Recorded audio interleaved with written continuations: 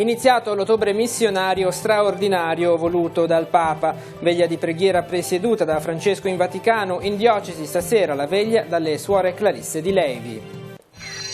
Nasce a Genova il nuovo viadotto sul Polcevera, posato il primo impalcato sulle pile 5 e 6, presente alla cerimonia il Presidente del Consiglio Conte, ricordate le vittime del Morandi.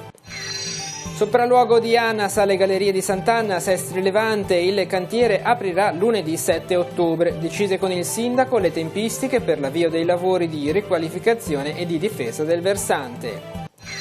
Nelle prossime settimane in conferenza dei servizi il progetto di ricostruzione della diga del porto di Rapallo. La società Carlo Riva si impegna a mantenere le attività commerciali aperte durante l'inverno. Don Salvatore Bizzimana amministrerà le parrocchie di Aveggio, Romaggi, Certenoli, Correglia e Canevale. Desidero, ha detto, una comunità guidata dallo spirito nelle relazioni e nella gratuità. 11° anniversario per il Masci Tiguglio, il sodalizio ha festeggiato con il nuovo assistente ecclesiale Don Enrico Bacigalupo e con un gesto di solidarietà per il progetto Gemma. Buonasera ai telespettatori di Tiguglio Oggi. Il Signore ci chiama a far fruttare i talenti con audacia e creatività. Dio ci domanderà se ci saremo messi in gioco, rischiando, magari perdendoci la faccia. E questo è il monito di Papa Francesco nell'omelia della preghiera liturgica dei Vespri, presieduti questa sera in memoria di Santa Teresa di Gesù Bambino, patrona delle missioni, nella Basilica di San Pietro, in occasione dell'inizio del mese missionario straordinario dal tema Battezzati e inviati, la Chiesa di Cristo in missione nel mondo.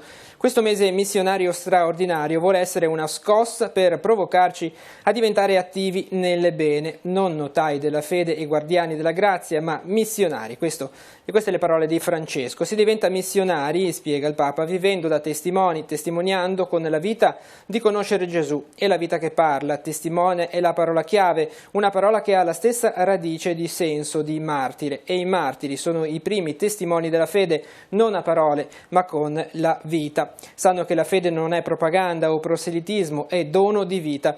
Per Francesco non possiamo tacere la gioia di essere amati, la certezza di essere sempre preziosi agli occhi di Dio. Questo è l'annuncio che tanta gente attende ed è responsabilità nostra. Di qui l'invito a chiedersi in questo mese come va la mia testimonianza.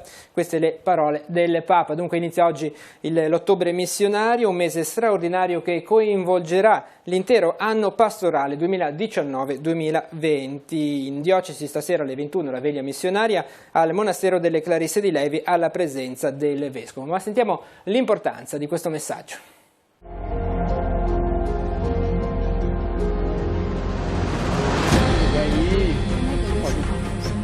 Recuperare la vocazione missionaria della propria vita ricevuta come dono nel battesimo. Su questa ricerca si apre un tempo straordinario di missionarietà, indetto dal Papa per l'ottobre 2019 dal titolo Battezzati e inviati. Un percorso speciale di preghiera e riflessione che si intreccia con il Sinodo sull'Amazzonia in programma dal 6 al 27 ottobre. Perché mese missionario straordinario? Nella lettera al Cardinal Filoni, prefetto della Congregazione per l'Evangelizzazione dei Popoli, Francesco spiega che quest'anno ricorrono 100 anni dalla promulgazione della lettera apostolica Maximum Illud di Papa Benedetto XV. Scritta dopo la Prima Guerra Mondiale, affrontava la crisi culturale del periodo, un messaggio evangelico che invitava ad andare oltre i propri schemi per essere cittadini del mondo.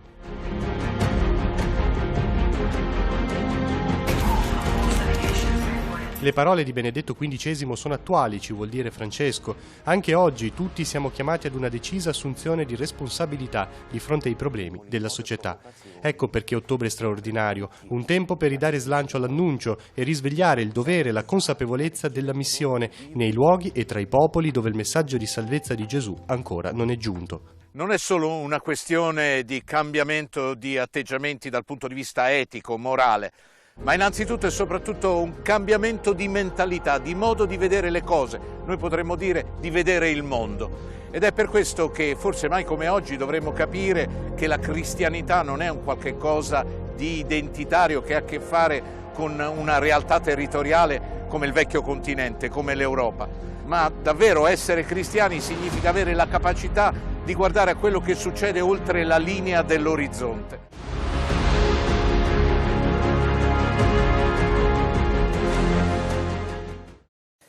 E ricordiamo che venerdì 18 ottobre alle 21 si terrà la veglia missionaria diocesana nella chiesa di San Giovanni Battista a Chiavari. Questo mercoledì infine prende il via la nuova stagione di Missione Mondo condotta da Don Siriac Vigirimana. La prima puntata sarà dedicata al documentario di presentazione del mese missionario guidato da padre Giulio Albanese.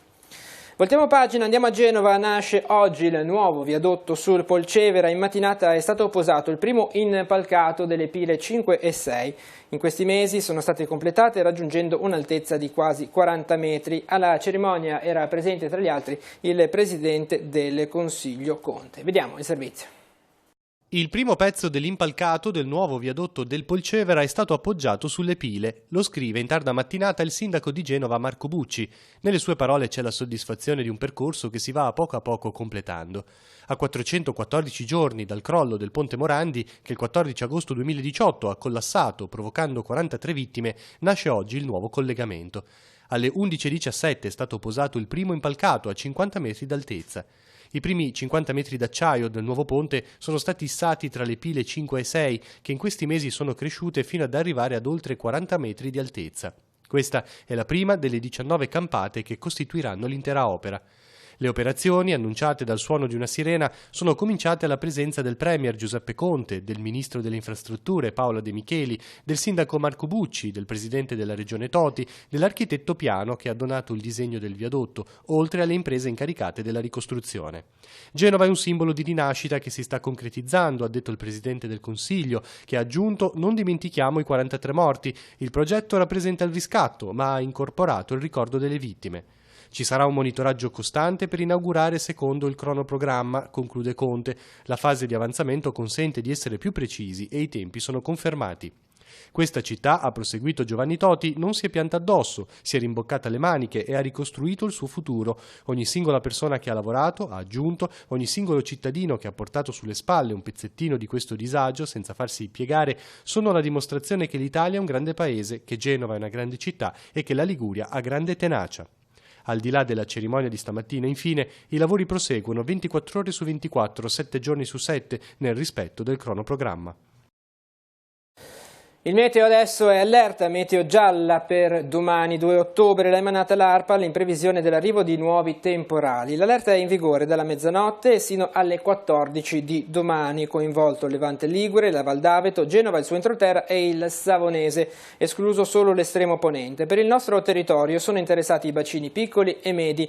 La nuvolosità, che è aumentata su gran parte della Liguria, anticipa infatti l'arrivo di un fronte dalla Francia che fin dalle prime ore della notte provocherà precipitazioni diffuse in estensione da ponente verso levante. E sopralluogo dei tecnici di ANAS questa mattina alle Gallerie di Sant'Anna, Sestri Levante, successivo incontro con il sindaco Valentina Ghio. È stato fissato l'inizio del cantiere per la riqualificazione delle strutture interne, sarà lunedì 7 ottobre, con l'istituzione del senso unico alternato regolato da semaforo lungo tutto il tratto interessato dall'intervento. Settimana successiva invece partiranno i lavori per la messa in sicurezza del versante. Sentiamo. La data adesso c'è e dovrebbe essere quella definitiva. Il cantiere per la riqualificazione delle Gallerie di Sant'Anna tra Lavagna e Sestri Levante aprirà lunedì prossimo 7 ottobre. Con esso entrerà in vigore il senso unico alternato nell'intero tratto delle gallerie dal Cigno fino all'imbocco del tunnel lato Sestri Levante, con divieto di transito al momento confermato per pedoni e biciclette. Se i lavori di rifacimento delle strutture in cemento armato delle gallerie saranno i primi a partire, a ruota seguiranno quelli di messa in sicurezza del versante, che inizieranno la settimana successiva, il 14 ottobre. Decisioni queste arrivate al termine del sopralluogo effettuato questa mattina dai tecnici di ANAS e comunicate in seguito al sindaco. Saranno due cantieri, un cantiere che riguarda la manutenzione straordinaria di tutto l'impianto, piloni, soffitti, ringhiere e quant'altro, e questo inizierà da lunedì 7. Da lunedì 14 inizierà anche il secondo cantiere che riguarda la risistemazione del versante sottostante. Un intervento di messa in sicurezza dell'importo di quasi 3,2 milioni di euro che dovrebbe durare fino alla fine del mese di maggio del 2020, con 2 sospensioni programmate nel periodo natalizio e in quello di Pasqua. Nei prossimi mesi inoltre verrà messo a gara il lotto che riguarda il potenziamento della scogliera sottostante, con l'obiettivo di evitare chiusura al traffico durante le mareggiate più violente. Lavori questi che non comporteranno disagi alla viabilità, che invece non mancheranno di esserci da lunedì con l'apertura del cantiere. Ho sentito anche l'azienda trasporti ATP per chiedergli di monitorare l'andamento della prima settimana di senso unico alternato e quindi verificare se sono necessarie, e lo dico soprattutto ai fini della scuola, della scolastica, ritarature degli orari degli autobus. Contestualmente scriverò ai presidi per informarli. Nell'ordinanza c'è il divieto di transito per pedoni e per i ciclisti. La cosa ha suscitato le proteste delle parte delle associazioni. C'è margine di trattativa su questo? ANAS mi ha risposto che ci sono ragioni di sicurezza che rendono complesso questo intervento. Ad ogni modo io scriverò ufficialmente riponendo la questione in via formale e chiedendo possibili soluzioni, anche magari eventuali accordi che ANAS potrebbe prendere con Ferrovie per garantire una percorribilità alternativa alle biciclette. Con oggi ha preso il servizio il nuovo comandante della Polizia Municipale di Rapallo, si tratta di Fabio Lanata, ha ricevuto gli auguri di buon lavoro da parte del sindaco a nome dell'amministrazione comunale. Il neocomandante ha maturato una competenza e preparazione nei lunghi anni di servizio nel comando della Polizia Locale rapallese e prima in quello di Genova. E sarà presentato nelle prossime settimane in conferenza dei servizi il progetto di fortificazione delle difese amarie del porto di Rapallo. Lo fa sapere la società Carlo Riva, gestore della parte privata dello scalo, che ha dato incarico ad uno dei più prestigiosi studi ingegneristici italiani del settore di elaborare un progetto in grado di difendere l'approdo anche da eventi eccezionali come la mareggiata dell'ottobre 2018. Se l'approvazione da parte degli enti competenti sarà celere, i cantieri potrebbero aprirsi già questo inverno, fa sapere il gestore, che conferma lo stato avanzato nelle trattative per l'ingresso da subito dei capitali necessari a finanziare l'opera di ricostruzione e fortificazione. L'obiettivo è riaprire lo scalo per la prossima estate. Nel frattempo, conclusosi ieri il periodo in deroga che ha permesso di poter accedere ai servizi del porto durante il periodo estivo, segnale concreto di ripresa a tutti gli operatori di Rapallo e del Tigullio, restano accessibili al pubblico durante il periodo invernale le attività commerciali. La società ha intenzione di continuare ad eseguire la manutenzione ordinaria e fornire supporto esterno allo svolgimento dei lavori tramite le proprie risorse e con l'impiego continuativo del proprio organico. Veniamo alla cronaca e di 5 feriti, il bilancio di un incidente stradale avvenuto questo pomeriggio sulla A12 fra Rapallo e Chiavari in direzione Livorno. Poco prima delle 16 si è verificato un tamponamento fra 3 autovetture ed un auto articolato. Tra le persone coinvolte anche un bimbo di 9 anni che in codice giallo insieme ai suoi genitori è stato trasportato al Gaslini di Genova. Ferite anche 2 donne, questa volta in codice giallo, sono state trasferite al pronto soccorso del San Martino di Genova, l'altra al nosocomio di Lavagna. Sul posto sono intervenute l'automedica del 118, 3 ambulanze della Croce Bianca e dei volontari del soccorso di Rapallo. Pesanti le ripercussioni sul traffico, dove si sono registrate lunghe code. Sempre in autostrada nel pomeriggio c'è stato anche un intervento dei vigili del fuoco di Chiavari per spegnere l'incendio della ruota di un camion che ha preso fuoco sulla corsia di accesso a Chiavari in direzione Livorno. Ed è scoppiato un incendio questa mattina a bordo di un'imbarcazione che si trovava a secco in un'area del cantiere del porto di Lavagna. L'allarme è stato lanciato alle 10:30. A bordo in quel momento c'erano 2 persone. Secondo la ricostruzione effettuata dal personale della Capitaneria di Porto, i 2 stavano controllando l'impianto elettrico perché nel mese di agosto la barca era stata colpita da un fulmine mentre si trovava in navigazione. Quando si è sviluppato l'incendio, i 2 hanno allertato i soccorsi. Le fiamme sono state spente dal personale dei vigili del fuoco intervenuti sul posto insieme alla guardia costiera. Secondo quanto riferito dai vigili del fuoco, l'incendio sarebbe stato causato da un cortocircuito che si è sviluppato nel quadro elettrico della cabina di prua, che al momento dell'evento era alimentata da corrente di terra. La pagina diocesana adesso si va componendo il mosaico delle nomine in diocesi con l'ingresso di nuovi parroci. Don Salvatore Bizimana è tornato in Fontana Buona, dove aveva già svolto servizio negli anni del seminario. Il sacerdote, di origine burundesi, ha preso possesso di 5 parrocchie: Aveggio, Certenoli, Romaggi, Canevale e Coreglia Ligure. Vediamo. Un abbraccio corale con vecchi e nuovi parrocchiani, sacerdoti confratelli, amministratori locali. Don Salvatore Bizimana, 49enne, sacerdote di origini burundesi, è stato accolto così nella parrocchia di Santa Maria Assunta a Certenoli. Ad accompagnarlo il vescovo Alberto Tanasini, che ha evidenziato le caratteristiche del sacerdote, capace di intessere relazioni forti. È capace di dialogo, di incontro, di occuparsi della gente, di intessere relazioni con loro, che mi sembra sia proprio quello che voi desiderate, e non mancherà di esercitare questa sua capacità nell'ufficio di parroco. Una necessità sottolineata anche da Don Bizimana nel suo primo intervento pubblico. Desidero che ci lasciamo guidare dallo spirito nelle relazioni umane e nella gratuità. La gratuità anche, perché a volte noi oggi come oggi c'è niente di gratuità, tutti pensano agli interessi, e quindi vorrei che in queste comunità ci sia uno spazio alle qualità delle relazioni, alla gratuità nel servizio, e soprattutto che siano comunità guidate dallo Spirito, dalla parola di Dio, nelle celebrazioni dell'Eucaristia. Un grazie del tutto speciale ai fedeli sammargheritesi, guidati dai loro parroci, per l'affetto e l'amicizia che non si interrompe. Poi l'abbraccio alle nuove comunità di cui Don Salvatore diventa amministratore parrocchiale: Aveggio, Certenoli, Romaggi, Coreglia, Canevale. La parrocchia di Coreglia è una piccola comunità e, come tutte le piccole comunità, ha bisogno di attenzione.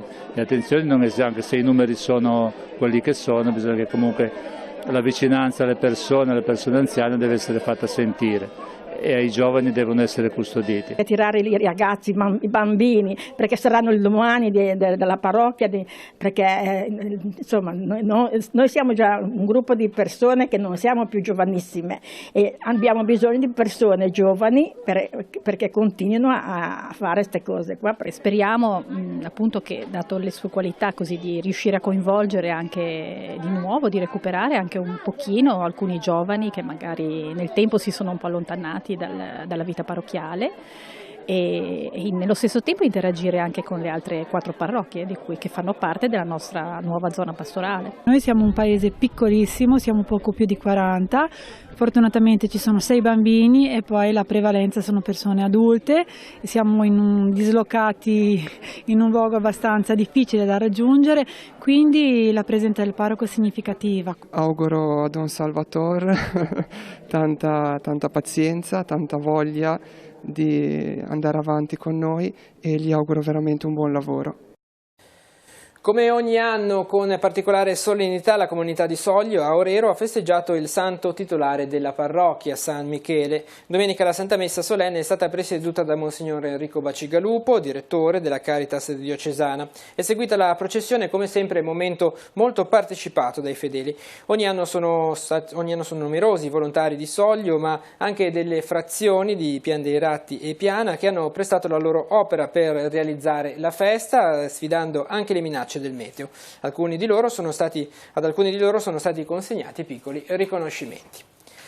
Da oggi è possibile aderire al nuovo bando regionale del Patto per il lavoro nel turismo, rivolto ad aziende del settore turistico che assumano o stabilizzino dipendenti a tempo indeterminato o avviino contratti stagionali di durata pari o superiore agli 8 mesi. Oltre alle strutture ricettive, potranno usufruire del bonus assunzionali gli stabilimenti balneari, e in questa nuova versione anche gli esercizi per la somministrazione di alimenti e bevande.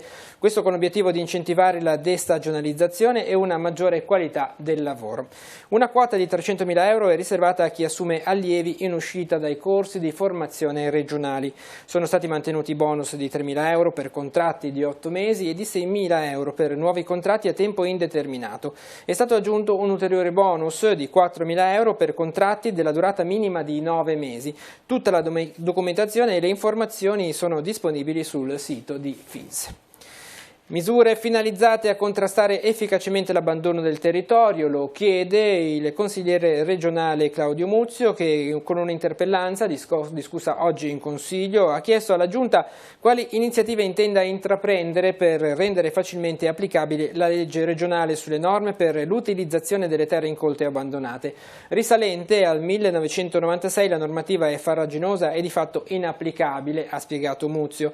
Occorre snellire le procedure previste per affidare ad agricoltori, allevatori e boscaioli, con il consenso dei proprietari, i terreni incolti in modo che questi possano essere recuperati alle originarie attività agricole. Per la Giunta ha risposto l'assessore Mai, che ha ipotizzato l'avvio di un percorso di formazione di una nuova legge coinvolgendo le categorie interessate e presentare una prima bozza ad ANCI. La superficie coltivata in Liguria è passata dal 40% del 1961 all'8% del 2010, mentre quella boscata è cresciuta dal 54% al 75% solo negli ultimi 25 anni. Il Masci Tiguglio, il movimento adulti scout cattolici, ha festeggiato 11 anni. La festa è stata caratterizzata da un momento di preghiera e dalla cena condivisa con finalità benefica.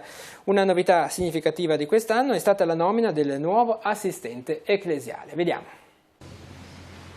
Con l'aiuto di Dio prometto sul mio onore di fare del mio meglio per compiere il mio dovere verso Dio e verso il mio paese, per aiutare gli altri in ogni circostanza, per osservare la legge scout.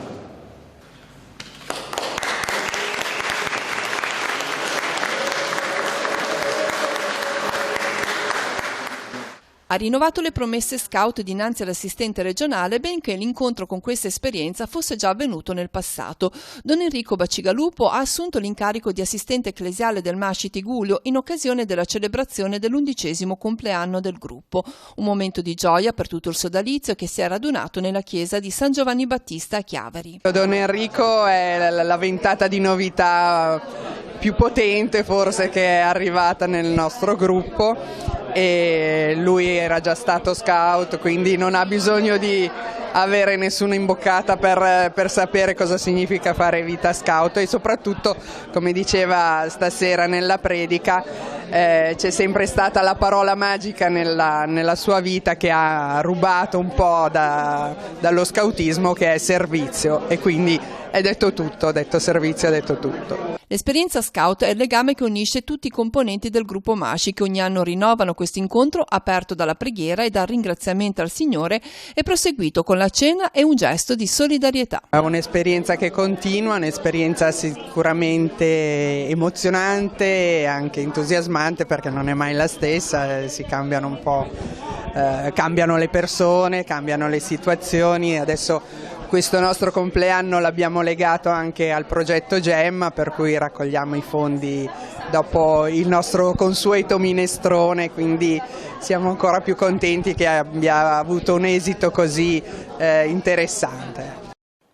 Da questa mattina i volontari della Croce Verde Chiavarese si occupano di vigilare sugli attraversamenti pedonali degli istituti scolastici cittadini grazie ad una convenzione firmata con il Comune di Chiavari.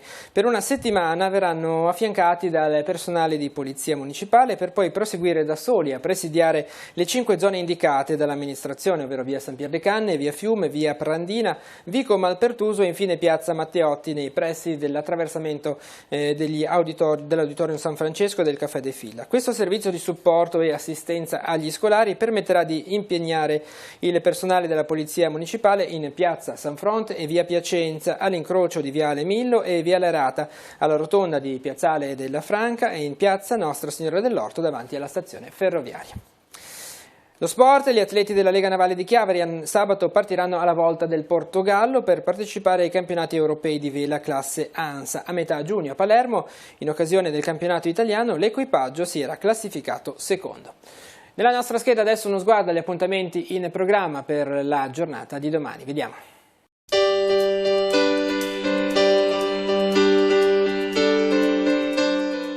Mercoledì 2 ottobre, come ogni mercoledì, è aperto alle visite il Museo Diocesano di Chiavari, che conserva opere d'arte, testimonianza della fede e del divenire storico e culturale del territorio. 5 le sale espositive, oltre alla galleria attigua alla cattedrale, che espongono dipinti, sculture, suppellettili e paramenti liturgici, l'orario dalle 10 alle 12. Ultimo giorno per visitare la mostra Subconsciousness dell'artista internazionale Dairo Vargas, allestita a Villa Tigullio a Rapallo. Ispirata alla sua esperienza all'Anfas di Villa Gimelli, la mostra ospita anche opere create da persone con disabilità nei lavoratori dell'associazione. Gli orari dalle 10 alle 13 e dalle 16 alle 19. Prosegue allo spazio Yacht di Via della Cittadella a Chiavari la prima delle 4 mostre sulle orme di Artemisia, esposizione delle opere di 4 giovani artiste liguri. I dipinti di Carlotta Sangaletti si potranno ammirare fino a venerdì 4 ottobre, il lunedì, il mercoledì, il giovedì e la domenica dalle 9:30 alle 13, il venerdì e il sabato dalle 10 alle 13 e dalle 15 alle 18. Ogni mercoledì si svolgono le lezioni del laboratorio teatrale di Arteando a Chiavari nell'auditorium della Filarmonica in Largo Pessagno. Le iscrizioni sono aperte. Per informazioni 339 453 4929.